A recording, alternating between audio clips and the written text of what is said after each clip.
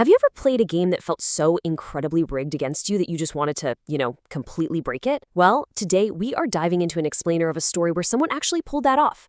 We're breaking down one of the most hilariously overpowered zero to absolute menace journeys in recent memory. We are looking at the story of Kinshu. He's a player in this hyper-realistic virtual reality game called Paradise Gate. But listen, Kinshu is not your typical sword-swinging hero, not even close. He is an absolute bottom-tier loser who accidentally stumbles into a glitch so intensely game-breaking, it literally shatters the boundary between the virtual world and real life. So it begs a really fun question. What actually happens when the absolute weakest, most pathetic player on the server unlocks the most broken monster in gaming history? Does he use this newfound power to become, like, a noble champion of the realm? Nope. Absolutely not. Instead, he turns into this greedy, opportunistic anti-hero, milking the game system for every single real-world dollar he can get his hands on. And let me tell you, the sheer chaos he causes is just glorious. Now, to really understand Kinshu, you've got to understand his brutal, soul-crushing daily routine. While everyone else is logging in to live out these epic high-fantasy power trips, Kinshu is basically trapped in a digital sweatshop. From morning to night, he is just swinging a pickaxe. He's doing virtual manual labor just to pay off this mountain of real-world debt that his absent parents left behind. He's a completely pathetic level 3 nobody, but he's so desperate for just a tiny scrap of XP that he agrees to act as a guide for the server's elite Yvonne guild, leading them deep into this highly dangerous, newly discovered cavern. And that sets up this absolutely gut-wrenching betrayal. The Yvonne guild, which is led by this ruthless, high-level fire mage named Catherine, didn't actually need Kinshu to fight. They literally tell him to his face that they just needed a disposable miner to break a specific rock blocking a hidden dungeon. And the moment that path is clear, they immediately turn on player versus player mode, stab Kinshu right in the back, and just leave him bleeding out on the floor. And to make it worse, they use him as live bait right as a massive, terrifying level 80 boss monster named Geiger spawns into the room. But right here is where the game's logic completely shatters in the absolute best way possible. As this horrifying boss prepares to crush him into dust, Kinshu doesn't draw his sword. He doesn't make some brave, heroic last stand. No, he just bawls his eyes out. He screams about how ridiculously unfair his life is, openly admits he's completely powerless, and desperately tries to crawl away. And incredibly, the game system actually registers this display of undeniable, pure cowardice and rewards him with a mythical, hidden class. He becomes the Goblin Summoner. So praying for a total lyrical, Kinshu activates his brand new skill. He's hoping for some grand, majestic beast to save him, right? Instead, out pops this skinny, ugly, buck-toothed little goblin holding a literal wooden club. Kinshu immediately thinks he is a dead man. The massive level 80 boss charges in for the kill. But then, the ugly little goblin effortlessly swings its wooden stick, and boom, 99,999,999 damage. I'm serious. The goblin literally cleaves the unkillable boss entirely in half with a single, casual tap. The summon is fundamentally completely glitched. It's sitting at maximum level, it's totally invincible, and it one-shots literally everything. Now here's why this is such a massive deal. Paradise Gate isn't just your standard MMO, its in-game items can actually be legally converted into real-world currency. So because his broken goblin just one-shotted Geiger, Kinshu gets all the legendary loot. He takes the boss's heart straight to the real-world bank and instantly goes from drowning in inescapable debt to cashing in a life-changing 230 million won. In a flash, Kinshu realizes this incredibly ugly little glitch is his golden ticket to permanently escaping poverty. Armed with this completely busted power, Kinshu immediately wants revenge on the Yvonne guild. He tracks them down back at the main town. Now, the Yvonne guild, they don't mess around. They send out their top, heavily armed assassins to deal with him, totally expecting an easy fight. Their absolute fastest killer activates this blinding ultimate ability, teleports behind the goblin, and strikes it right in the neck. 0 damage.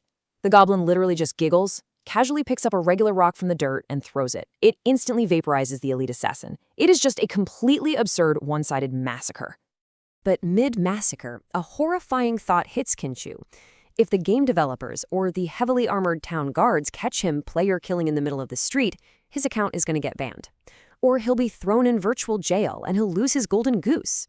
Sweating bullets and panicking as this massive crowd of horrified townsfolk gathers around, Kinshu suddenly slaps a literal dog leash on his goblin.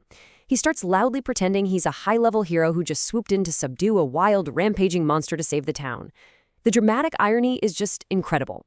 The crowd actually buys it. They start cheering for him. He accidentally becomes a beloved local hero just by desperately trying to cover up his own unhinged crimes.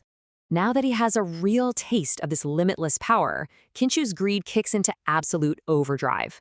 Soon after, the Yvonne Guild attempts a massive, timed raid against a legendary Iron Giant boss.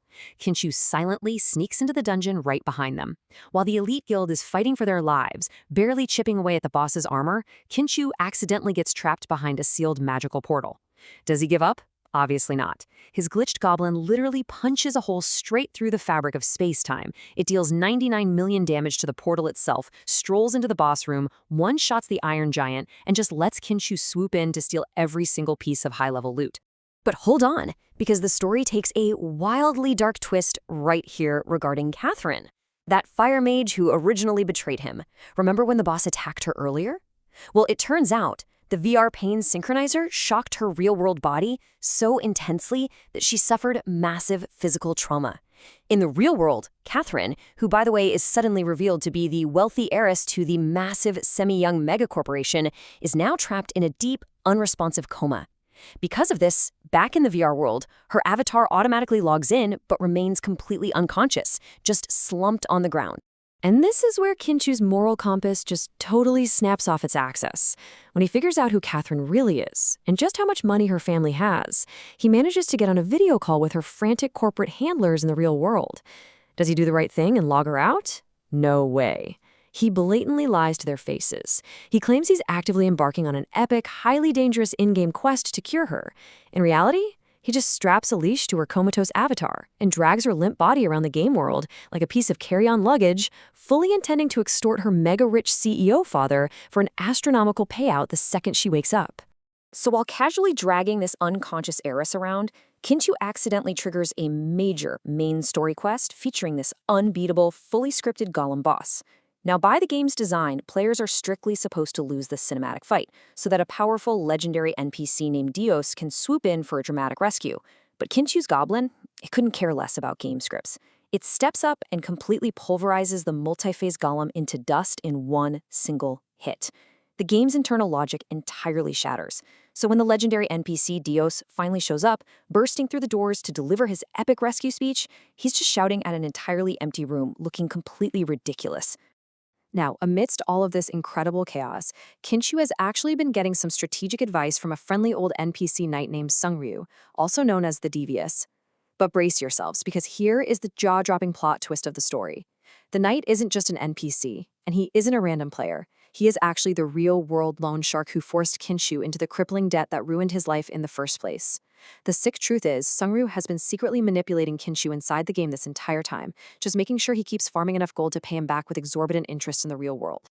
But before Kinchu can even fully process that massive bombshell, he gets completely sidetracked. He stumbles into a quiet goblin village and watches in horror as a group of toxic, high-level human players starts massacring the weak, defenseless NPC goblins just to farm an easy quest.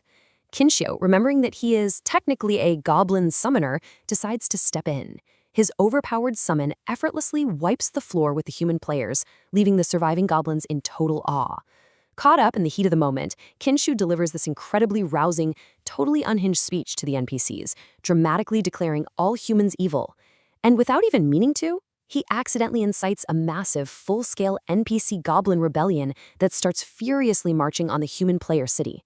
But hey, thanks to all this unhinged chaos and the endless farming of impossible bosses, Kinchu's real-world bank account absolutely explodes. Talk about the ultimate triumph. He completely and instantly wipes out his massive debt to the loan shark, freeing himself forever. He takes his new millions and buys a sprawling 30-room luxury mansion. I mean, it's a place so absurdly huge he actually gets lost trying to find his own VR capsule room. He's dining on exotic Dubai chocolates, buying limitless designer clothes, and finally living the lavish life he always dreamed of. He truly beat the system. But you know what they say about all good things, right? Right at the absolute peak of his glory, the other shoe drops. Out of nowhere, this massive, ominous global server countdown appears in the sky. 7 days. The developers of Paradise Gate issue an emergency announcement to the entire player base. They've discovered a game-breaking bug tied to a specific summoner class, and they are deploying a mandatory server patch to permanently fix it in exactly 1 week. That means the invincible 99 million damage Goblin is about to be nerfed into absolute oblivion. Kinchu's glorious infinite money glitch is rapidly coming to an end. Now, Kinchu absolutely refuses to go back to being a powerless nobody. With only 1 week left wielding the ultimate weapon, he decides to go all in on the biggest, most impossible heist in the game's history. His insane plan? To assassinate the in-game king, trigger a massive catastrophic world event, and loot the entire royal treasury on his way out. So, with the clock ticking down, Kinchu, his trusty overpowered goblin, and a crew of extremely reluctant allies actually resort to smuggling poisoned wine straight into the royal castle, right under the noses of the highest level, most lethal guards in the entire game. Which brings us to our final, incredibly tense question. With the game developers literally breathing down his neck, the dreaded patch countdown ticking away by the second, and his target being the most heavily guarded, invincible NPC in all of Paradise Gate, will Kinchu successfully poison the king and pull off the ultimate heist? Or has this chaotic anti-hero's luck finally, permanently run out? It's a massive cliffhanger that leaves us eagerly waiting to see exactly how far the game, and Kinchu's relentless greed, can truly be pushed. Thanks for joining me on this explainer, and keep your eyes peeled for what happens next.